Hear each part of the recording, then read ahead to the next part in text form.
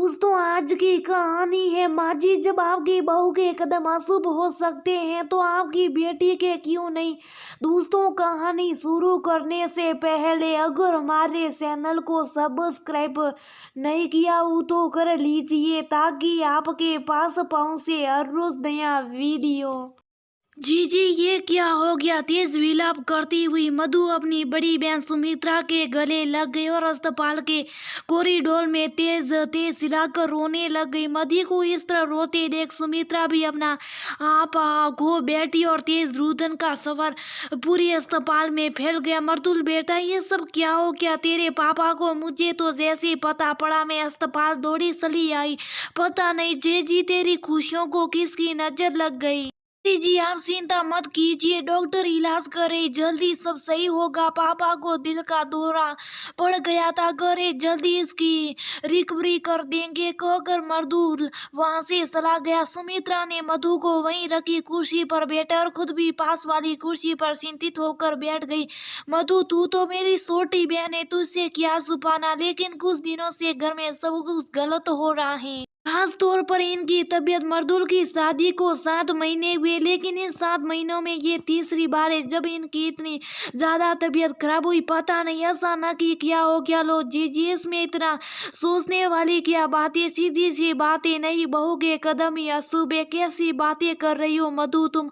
आज के जमाने में भला ये बातें कौन करता है। यही तो बात है जी, आजकल का जमाना कर करके हमने इन बहुओं को ज्यादा ही सर पर चढ़ा लिया।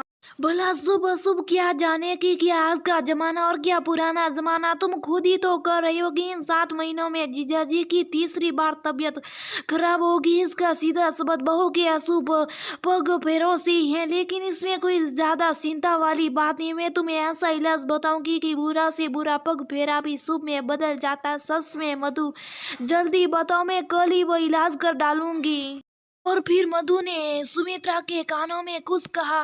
सुमित्रा और उनके पति कैलाशनाथ जी का संयुक्त परिवार है। बड़े बेटे रंजन की शादी रेखा से हुई, जिनके 6 साल का बेटा तथा 7 महीने पहले छोटे बेटे मर्दुल की शादी मौली से हुई। एक बेटी भी है जिसकी शादी को 4 महीने हुए हैं और वो लंदन में अपने परिवार के साथ रहती है। अगले दिन सुबह घर में तेज हंगामा मचा हुआ था क्योंकि सुमित्रा ने सबको बैठक कक्ष में बुलाकर कुछ ऐसा कह दिया जो किसी के भी गले नहीं उतर रहा था।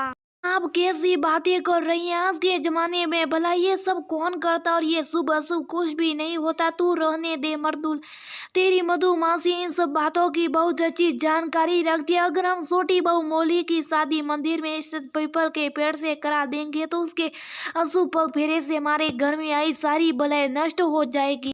मम्मी, कैसी बेसिर पैर की बातें कर। यहाँ भी 1-2 पीपल के पेड़ से शादी, वो भी भरे मंदिर के अंदर। ये तो सरासर हम उसकी बेइज्जती करे। इतनी बड़ी लिखी मौली, इतनी पढ़ाई क्या उसने ये सब करने के लिए करी थी क्या। ससुराल में उसको यही दिन दिखाने के लिए लाई थी। मर्दुल, ज्यादा जोरू का गुलाम मत बन। मतलब तेरे लिए तेरे पापा की सेहत से बढ़कर मौली की इज्जत है।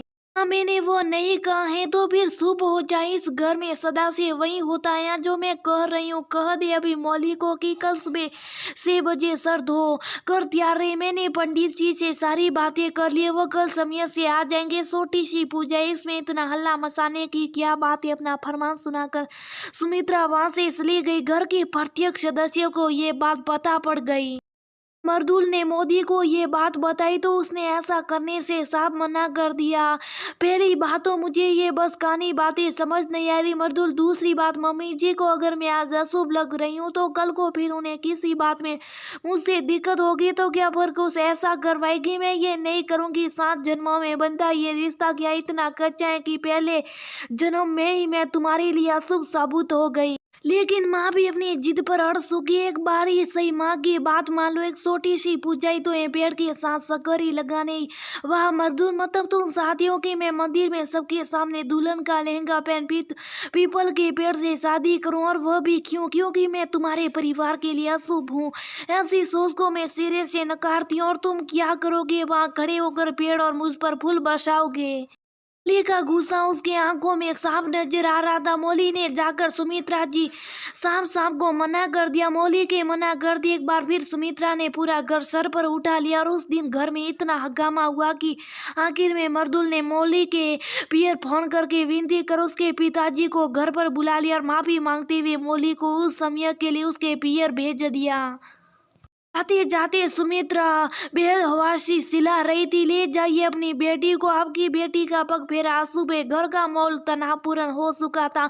मोली और मर्दुल के रिश्तों में भी तनाव पनपने लगा था। कुछ दिन पहले जो घर खुशियों से सराबोर हो रहा था अचानक उस पर ग्रहण सा लग रहा था। लेकिन सुमित्रा ने अपनी जिद अभी भी नहीं छोड़ी थी।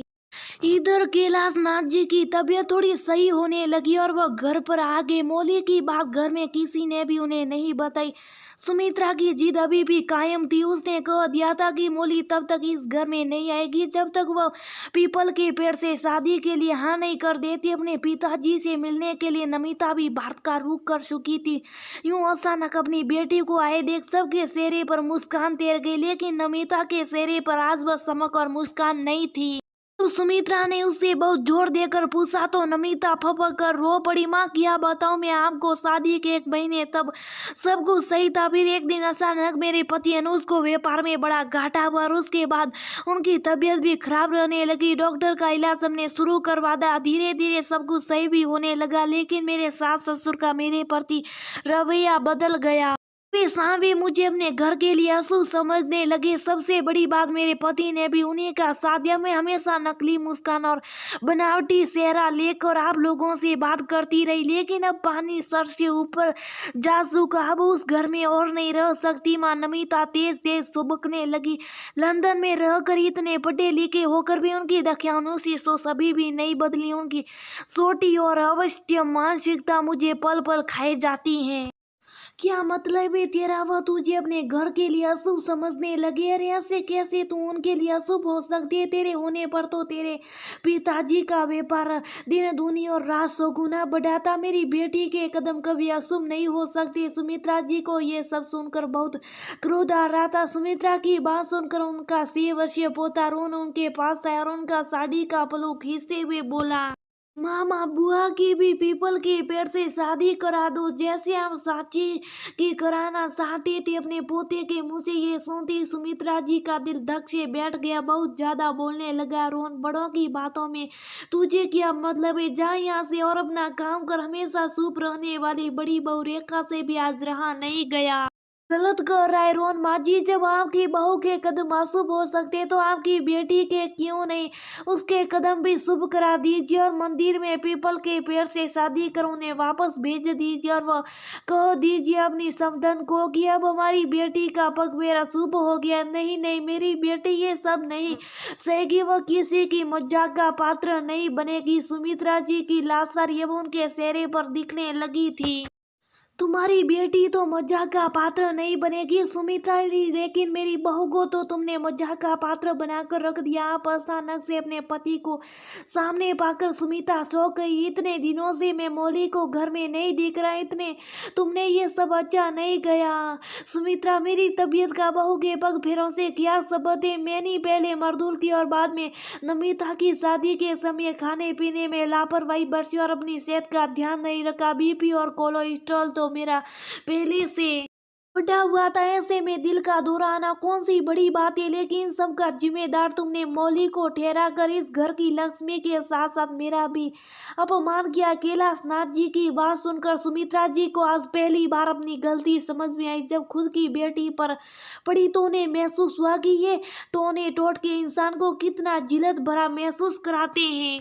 देखा था उसने कैसे सोहराय पर अपने घर की बहू को लाकर उनसे तरह तरह की पूजा कराई जाती है। सुबह 4 बजे उठाकर उन्हें ठंडे पानी से नहलाया जाता और भी पता नहीं किस किस तरीके की परदाइश न उन्हें किन किन कारणों की वजह से दी जाती है। नहीं नहीं, जब ये मेरी बेटी नहीं सह सकती तो मेरी बहू कैसे सहेगी? नमिता तेरी सास को भी मेरे जैसे किसी बड़े झटके की जरूरत है। ला फोन दे, मैं अभी उन्हें सबक सिखाती हूँ। नहीं माए, सबकी कोई जरूरत नहीं, ये सब तो केवल मैंने नाटक किया था तुम्हें समझ देने के लिए।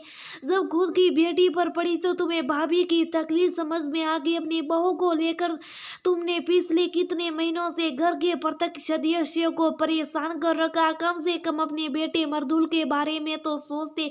तुम्हारी इन बातों की वजह से दोनों पति पत्नी के रिश्ते में भी कितना तनाव आ गया है।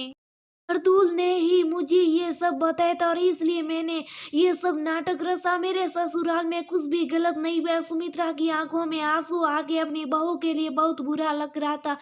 मर्दुल, गाड़ी निकल और अभी के अभी मौली से माफी मांग कर इज्जत से अपनी बहू को अपने घर पर लेकर आऊंगी।